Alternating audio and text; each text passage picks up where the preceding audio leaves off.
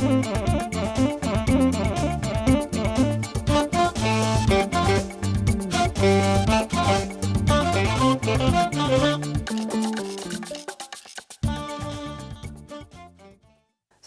በእያላችሁበት ይድረስ። እንደምናላችሁ የተወደዳችሁ ተመልካቾች፣ ከአማራ ሚዲያ ኮርፖሬሽን ደሴ ስቱዲዮ ለሳቱ ያዘጋጀናቸውን ዜናዎች ወደ እናንተ እናደርሳለን።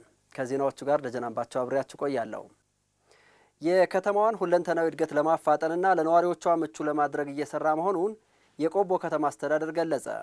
በከተማዋ እየተሰራ ባለው የኮሪደር ልማት ስራ ደስተኛ መሆናቸውን አስተያየታቸውን የሰጡ የቆቦ ከተማ ነዋሪዎች ተናግረዋል። ካሳሁን ኃይለሚካኤል ተጨማሪ ዘገባ አለው። የኮሪደር ልማት የከተሞችን መልክ እየቀየረ ከተማና ከተሜነትን በማስረጽ ንጹህና ዘመናዊ ኗኗርን እያላመደ ይገኛል። ልማቱ የተለያዩ ከተሞችን ውበት አላብሷቸው በተግባር እየታየ ነው። በሰሜን ወሎ ዞን የራያ ቆቦ ከተማም 4 ኪሎ ሜትር የሚሸፍን የኮሪደር ልማት እየተሰራ ነው። አካባቢው የጸጥታ ችግር የሚስተዋልበት ቢሆንም ሰላም ማጽናትና ልማትን ጎን ለጎን እያስኬዱ መሆኑ ተገልጿል።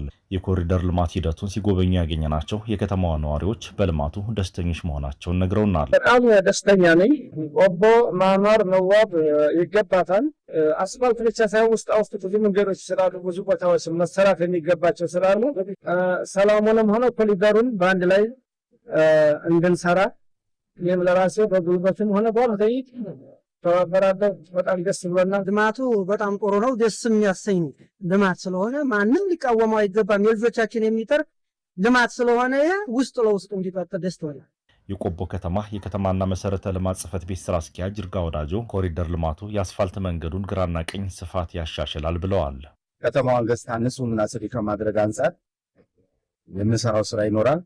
እሱ ውስጥ ግሪነር ያለው ወቆ ያለው ለገና ይሄ አጠቃላይ ያለው የአስፋልት ስትራክቸር ወደ 13 ሜትር ገደማ ነውና ይሄንን 350 350 በጎንና በጎን ጨምረን ወደ 20 ሜትር ኤክስቴንድ እናደርገዋለን።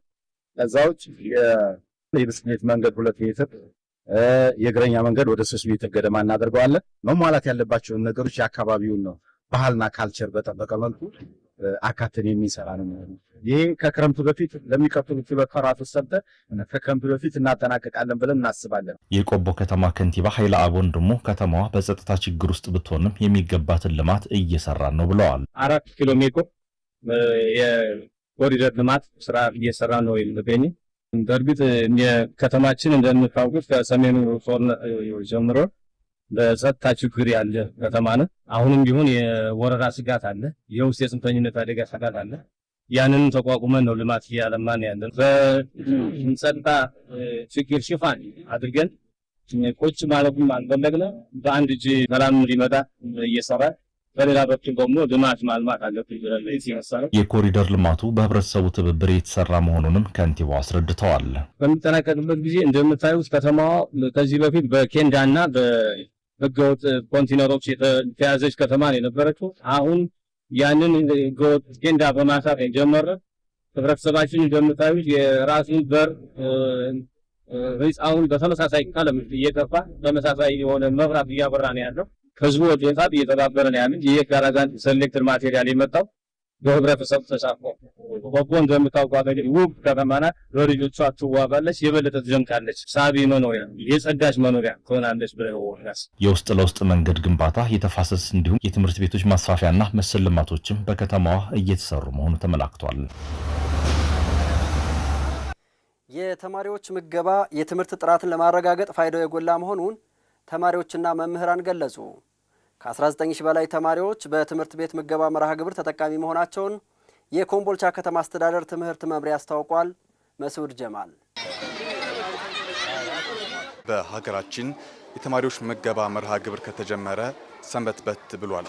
በኮምቦልቻ ከተማ አስተዳደርም በ2015 ዓ.ም የተጀመረው የተማሪዎች ምገባ አሁን ላይ ከ20 በላይ በሆኑ ትምህርት ቤቶች እየተሰጠ ነው የሚገኘው። አሁን የምንገኘው በኮምቦልቻ ከተማ በርበሬ ወንዝ ቁጥር 2 ትምህርት ቤት ነው የምንገኘው። ተማሪዎች ምሳቸውን እየተመገቡ ነው ያገኘናቸው። ይሄ የምገባ መርሃ ግብር ከመጣ በኋላ ትምህርታቸውን በንቃት እንዲከታተሉ ማድረጉንም ነው የነገሩን። እዚህ ሁለት ተማሪዎች አጠገቤ ይገኛሉ። እንደው ሀሳባቸው ምን ይመስላል የሚለውን እናጋራችኋለን። ቁርሴን በማልበላ ሰዓት ያው እስከ ረፍት እንኳን ያለውን ትንሽ ችል ብማርም ከረፍት በኋላ ያለው ላይ ስለሚደክመኝ ወይ ተኛለሁ ወይ ወንበር ላይ ዝም ብዬ ቁጭ እላለሁ። በረፍትም ደግሞ ስለሚደክመኝ ስለሚርበኝ አልወጣም። ከትምህርትም ደግሞ ጧት ያው ቤት ቁርስ ምናምን ስለማይኖር ያው ብዙ ጊዜ ይስሩልኝ አይስሩልኝ በሚልም መጨቃጨቅና የምቀርበት ምክንያት ነበረብኝ።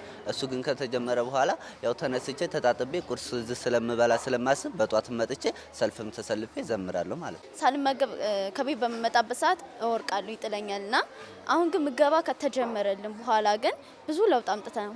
አንደኛ ነገር ደግሞ ትምህርታችንን በአግባቡ እንከታተላለን።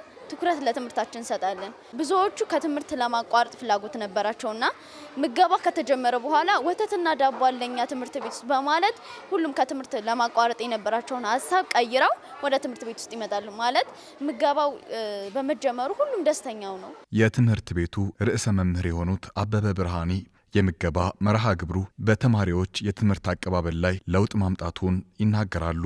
ይሄ ፕሮግራም በመዘርጋቱ በተማሪዎች የትምህርት አቀባበልም ሆነ ሜንታሊም ሆነ ፊዚካሊ ላይ ከፍተኛ የሆነ ለውጥ ነው ያለው። በተለይ ደግሞ ትምህርትን በተገቢው አርፋጅን ከመቀነስ አቋራጭን ከመቀነስ ያለው ነገር ከፍተኛ የሆነ ለውጥ አምጥቶልናል። ከዚህ ጋር በተያያዘ ተማሪዎች ጧት ነው ቀድሞ የሚመጡ። በትምህርት አቀባበላቸውም ላይ ንቁና ተሳታፊ እንዲሆኑ አድርጓቸዋል። በመማር ማስተማሩ ነው።